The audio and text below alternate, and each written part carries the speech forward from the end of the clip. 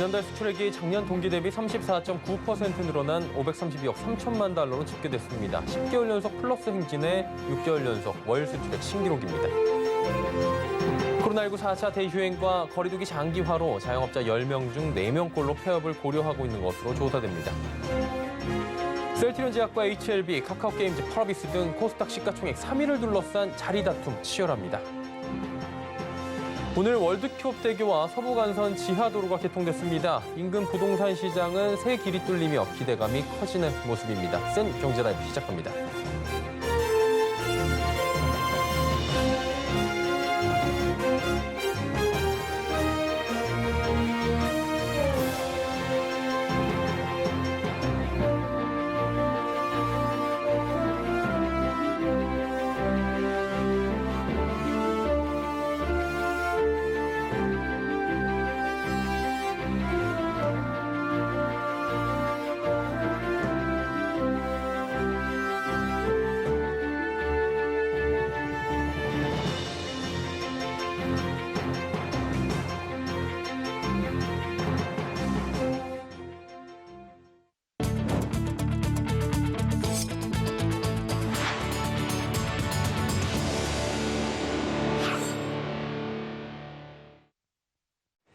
시청자 여러분 안녕하십니까? 센 경제라이브 서정덕입니다.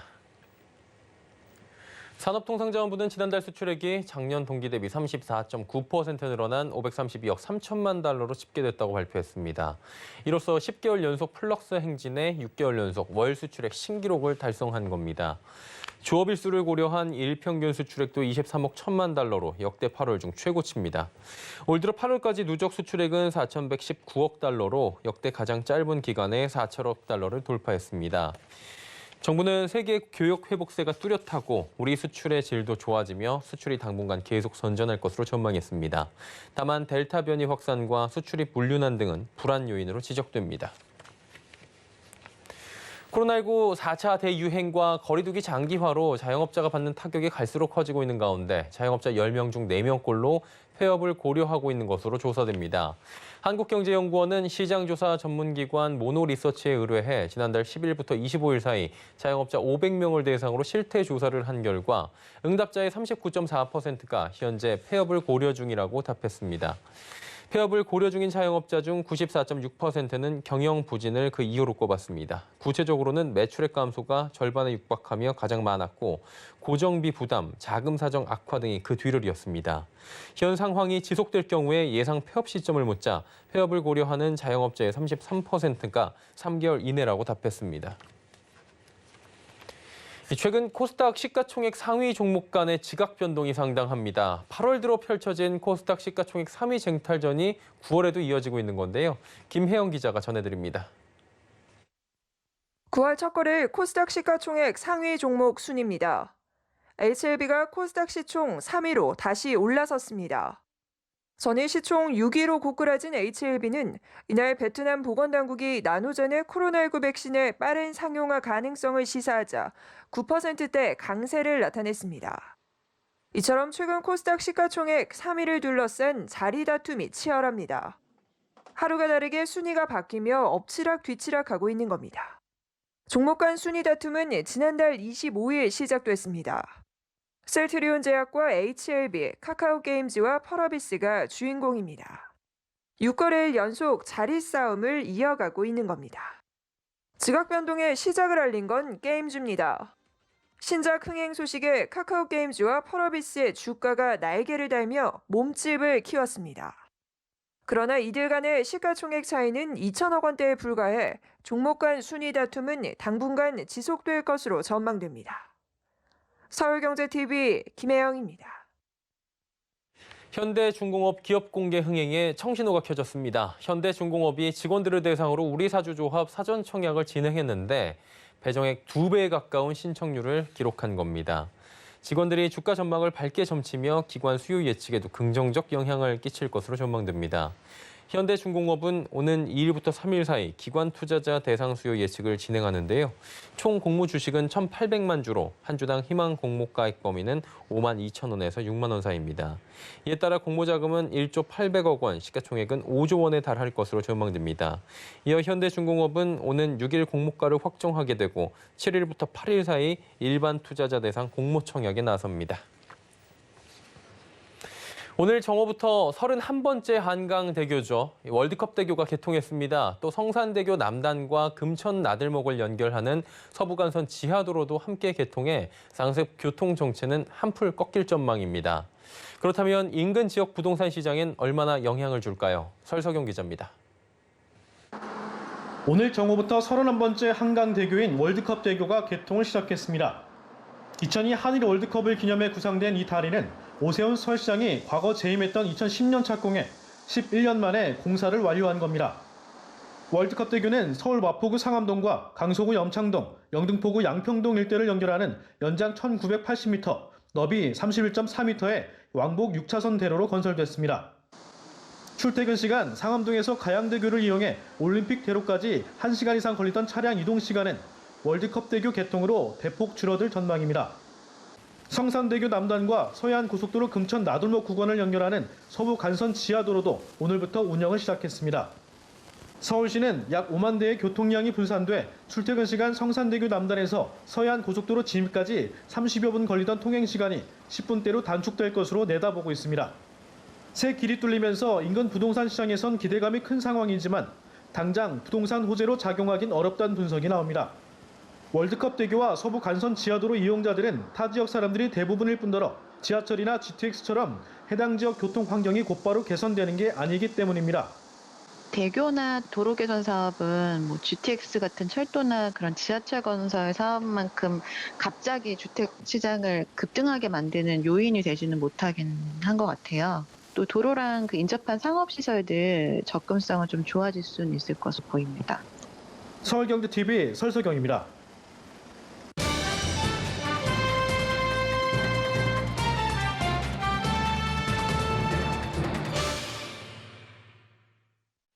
불가리스 사태로 촉발된 남양유업의 매각, 결국에는 없던 일이 돼버렸습니다. 대국민 사과를 통해 경영권 포기를 선언했던 홍원식 남양유업 회장은 오늘 한행컴퍼니에 주식 매매 계약 해제를 통보했다고 하는데요.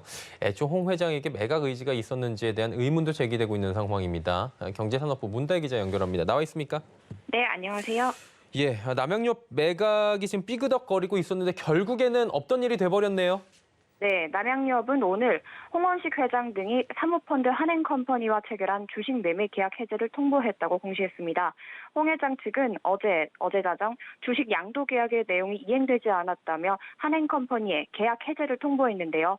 홍 회장이 남양유업 경영권을 매각하려고 했던 것은 불가리스가 코로나의 예방에 효과가 있다고 과장 광고를 했고 이 논란이 일파만파 커지면서 세종공장이 가동 중단될 우려가 제기되자 회사 경영에서 손을 떼겠다면서 약속했던 일입니다. 이에 홍 회장은 지난 5월 홍 회장을 포함한 오너 일가가 보유한 남양유업 지분 53%를 한행컴퍼니에 3,107억 원에 매각하겠다고 계약을 맺었습니다. 어제가 대금 지급 기일이었는데요. 홍 회장은 아무런 움직임도 없었고 오늘 계약을 체결한 지 3개월 만에 사실상 매각 철회를 공식화했습니다. 매각이 결렬됐다면 이유가 있을 텐데 홍 전 회장 측에서는 이 이유에 대해서 어떻게 지금 말을 하고 있습니까? 네, 홍 회장 측이 주식 매매 계약을 해지한 주된 이유는 약정 위반입니다.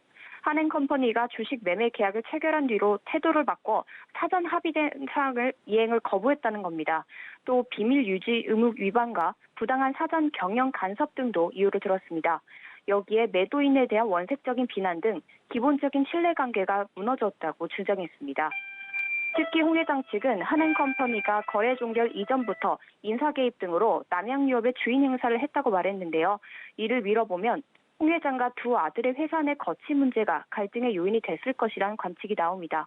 그러나 홍 회장이 돌연 마음을 바꾼 실질적인 주된 이유는 매각가가 헐값으로 책정됐다는 판단 때문인 것으로 알려졌습니다.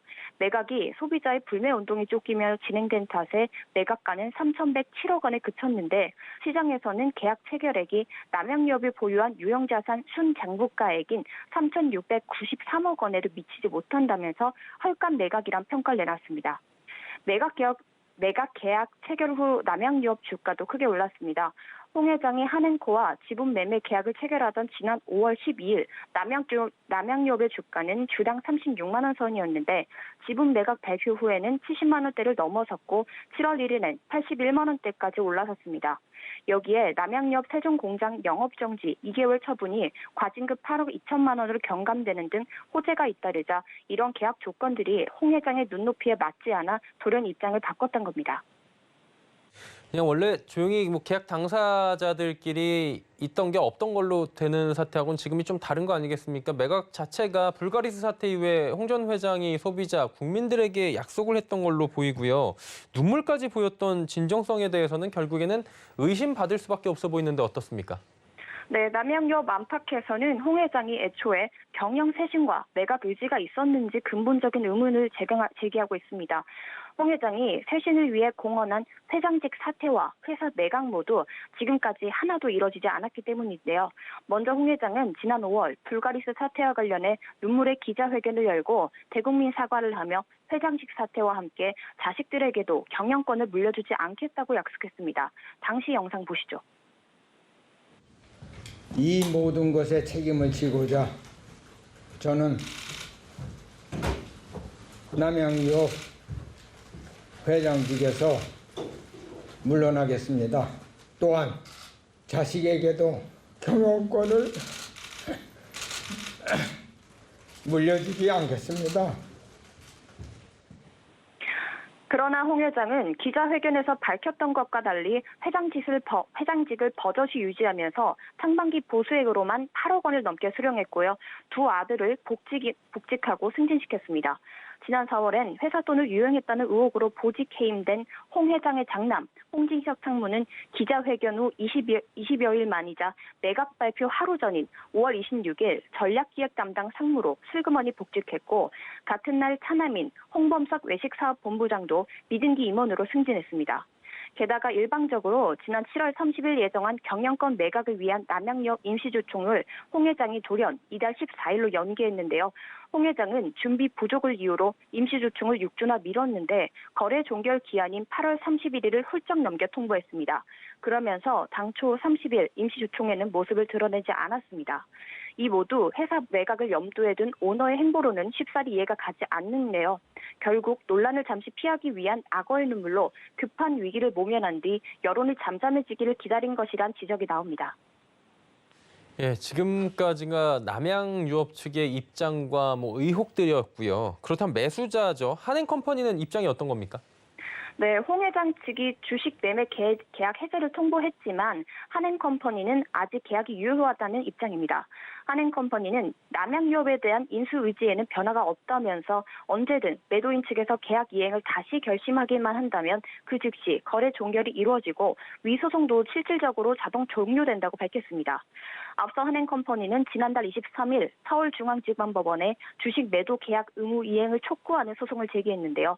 한행코 측은 입장문을 통해 사태를 방치할 경우 나쁜 선례로 남아 앞으로 M&A 시장에서 생명과도 같은 계약과 약속을 경시하는 풍조가 생길 것이라며 소송을 통해 시비를 가린다는 입장을 내놨습니다.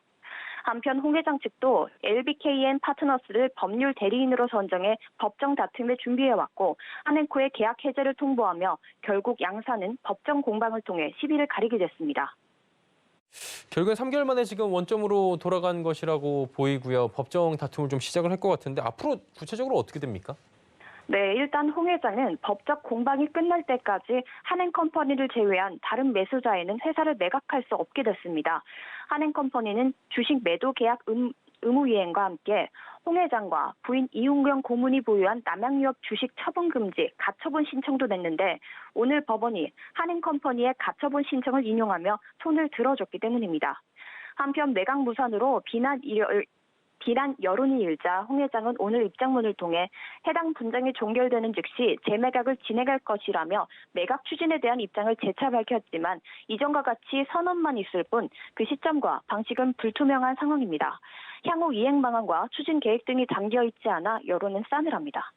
결국 법정 공방이 본격화되면서 남양유업은 기업 간 거래 신뢰도와 이미지 추락은 불가피하게 됐습니다. 또다시 소비자들의 불매 운동을 맞을 가능성도 커졌고요. 이에 따른 실적 타격도 불가피할 것으로 보입니다. 앞서 남양유업은 지난 2013년 대리점주 갑질 사태 이후 그리고 올해 2월 불가리스 코로나 마케팅 이후 불매 운동으로 인해 큰 타격을 입은 바 있습니다. 결국에 소비자들은 또다시 남양유업에 속았다는 생각이 들 수밖에 없을 것 같고요. 댓글 보니까 남양이 남양했다 이런 얘기도 나오고 있는 상황인 것 같습니다. 앞으로 남양유업 매각 어떻게 전개될지 계속 지켜봐야 될 것 같습니다. 경제산업부 문다혜 기자였습니다. 수고하셨습니다. 고맙습니다.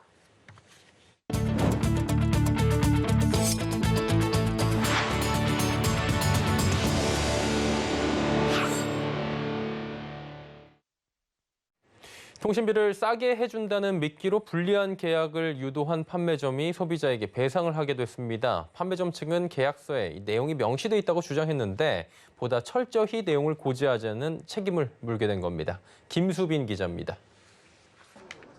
통신비를 낮춰주겠다는 감언이설에 바꾼 지 11개월 만에 동일 모델의 새 휴대전화로 바꾼 A씨. 하지만 A씨는 머지않아 반납한 단말기 3단말기 모두 할부금이 청구된다는 사실을 알아차렸습니다.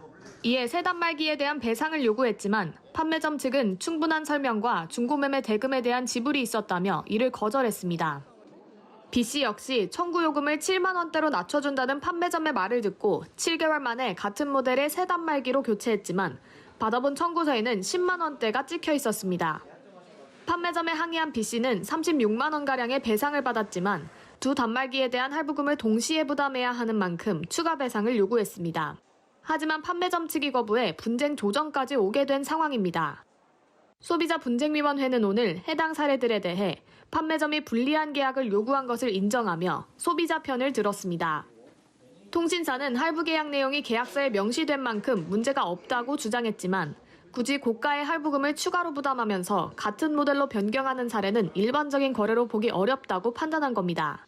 게다가 A씨와 B씨가 쓰던 단말기는 2년 사용하고 교체하면 반납한 단말기에 잔여 할부금을 변제해주는 부가 서비스까지 있었기 때문에 굳이 바꿀 이유가 없었습니다. 분조위는 반납한 기존 단말기의 사용기간이 1년채 되지 않은 것을 고려해 단말기의 교환 가치에 상당한 금액을 소비자에게 배상할 것을 결정했습니다. 다만 소비자에게도 계약 내용을 충분히 확인하지 않은 과실이 있어 각 판매점의 책임은 70%로 제한한다고 밝혔습니다. 분조위는 소비자의 책임보다도 보다 철저히 계약 내용을 고지할 의무가 통신업계에 있다는 것을 확인한 데 의의가 있다고 설명했습니다. 아울러 소비자들도 구두로 안내받은 내용에 대해 철저한 계약서 검토 등이 필요하다고 당부했습니다. 서울경제TV 김수빈입니다. 고갈 위기인 고용보험기금의 재정 건전화를 위해 보험료율이 결국 1.6%에서 1.8%로 인상됩니다. 고용노동부는 오늘 고용보험위원회를 열고 고용보험기금 재정 건전화 방안을 의결했습니다. 재정 건전화 방안은 고용보험기금의 실업급여 계정 보험료율을 내년 7월 1일부터 1.8%로 인상하는 내용을 담고 있습니다. 보험료율 인상에 따라 노동주와 사업주가 0.1%포인트씩 부담하게 됩니다. 저신용 서민을 상대로 연 3,000%의 폭리를 취하는 등 불법 대부업을 한 23명이 경기도 수사당국에 적발됐습니다. 경기도 공정특별사법경찰단은 최근까지 경기 남북부경찰서와 진행한 불법 사금융 기획 수사에서 적발한 불법 대출 규모가 63원 1,900만 원에 피해자는 411명에 이른다고 밝혔습니다. 대부업자 A씨 등 2명은 지난해 5월부터 1년 동안 인터넷 대출 광고를 보고 연락한 260명에게 약 10억 원을 빌려주고 3억 1,500만 원을 챙겼습니다. 미등록 대부업자인 B씨도 올 1월부터 4월까지 98명에게 약 2억 원을 대출해 준 뒤 이자로 3,100만 원을 챙긴 것으로 드러났습니다. 현대자동차가 새로운 차급의 SUV를 공개했습니다. 19년 만에 선보이는 경차로 소형 SUV 베뉴보다도 작은데요. 연간 10만 대 규모의 국내 경차 시장에서 경형 SUV라는 새로운 답을 제시할 것으로 보입니다. 정세미 기자입니다. 현대자동차가 오늘 경형 SUV 캐스퍼의 외관을 처음으로 공개했습니다. 캐스퍼는 현대차가 아토스 이후 19년 만에 선보이는 경차입니다. 소형 SUV보다 작은 새로운 차급인 경형 SUV로 베니와 코나, 투싼, 산타페, 팰리세이드로 이어지는 SUV 제품군 중 가장 엔트리급에 속합니다. 실제로 캐스퍼의 크기는 길이 3.6m, 높이 1.6m로 베뉴보다 전장과 전고가 모두 작습니다. 디자인 역시 엔트리 SUV에 맞는 젊은 감성이 강조됐습니다. 전면부 상단 방향지시 등과 하단 원형 LED 주간주행 등을 배치한 분리형 레이아웃과 파라메트릭 패턴 그릴, 넓은 스키드 플레이트 등이 적용됐습니다. 엔진으로는 배기량 약 1000cc의 가솔린 엔진이 들어갑니다.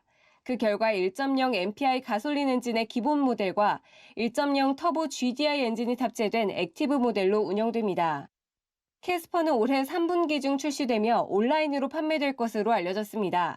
아직 가격이 공개되진 않았지만 경차인 모닝과 레이 그리고 베뉴의 중간인 1000만 원대 중반이 될 전망입니다. 한편 현대차는 캐스퍼를 광주 글로벌 모터스를 통해 위탁 생산합니다.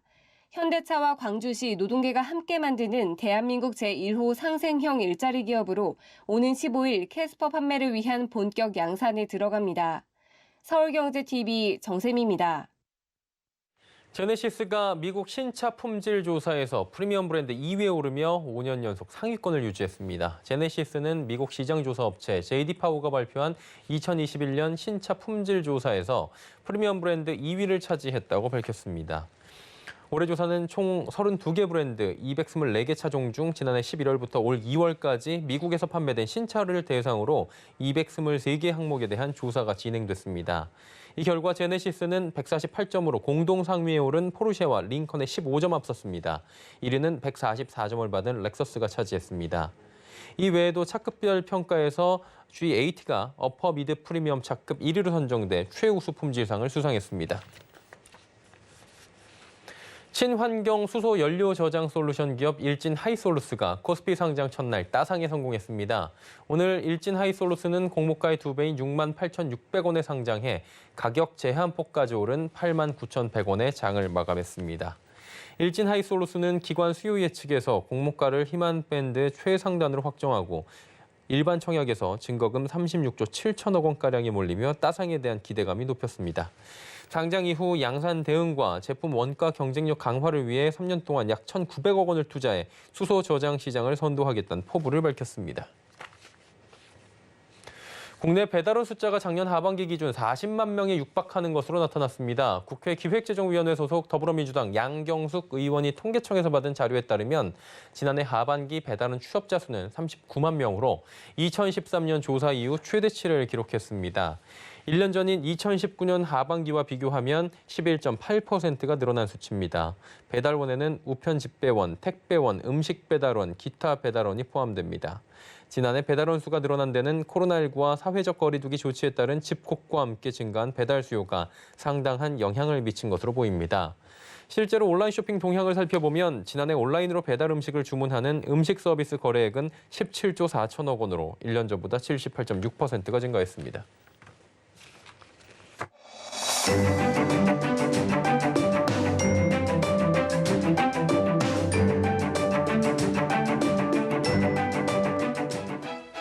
안녕하세요. K웨더 라이프스타일 예보 신지수입니다.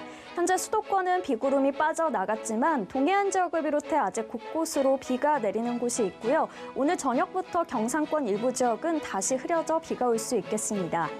내일은 곳곳으로 소나기와 비가 내리겠습니다. 중부지방과 충청도, 전북과 경북 내륙은 한때 5에서 10mm의 소나기가 지나겠고요. 그 밖에 전남과 경남, 제주도는 새벽부터 저녁까지 비로 내리면서 최고 20에서 40, 제주 산간 많은 곳은 최대 80mm의 비가 오겠습니다. 내린 비로 인해 도로가 미끄러운 상태인데요. 오늘 밤부터 내일 새벽까지 중부 내륙엔 안개까지 더해져 교통안전에 특히 유의하셔야겠습니다. 또 낮은 구름의 영향으로 강원 산지는 짙은 안개가 끼겠습니다. 가시거리가 200m 미만으로 좁혀질 수 있어서 주의하셔야겠습니다. 다음은 자세한 지역별 날씨입니다. 중부지방 내일 아침과 낮 사이 한때 소나기가 지나겠습니다. 낮 기온은 서울 26도, 대전과 청주 25도로 선선하겠습니다. 동해안 지방은 종일 흐리겠습니다. 낮 기온 속초와 울릉도, 독도 24도 예상됩니다. 남부지방은 광주와 부산, 제주도는 비가 내리겠고 그 밖의 지역 소나기가 예상됩니다. 낮 기온은 광주 25도, 부산 24도 보이겠습니다. 내일 남해상엔 돌풍과 천둥, 번개가 치는 곳이 있겠고요. 물결은 동해상에서 최고 3.5m로 높게 일겠습니다. 이번 주말 제주도에 비가 시작되면서 길게 이어지겠습니다.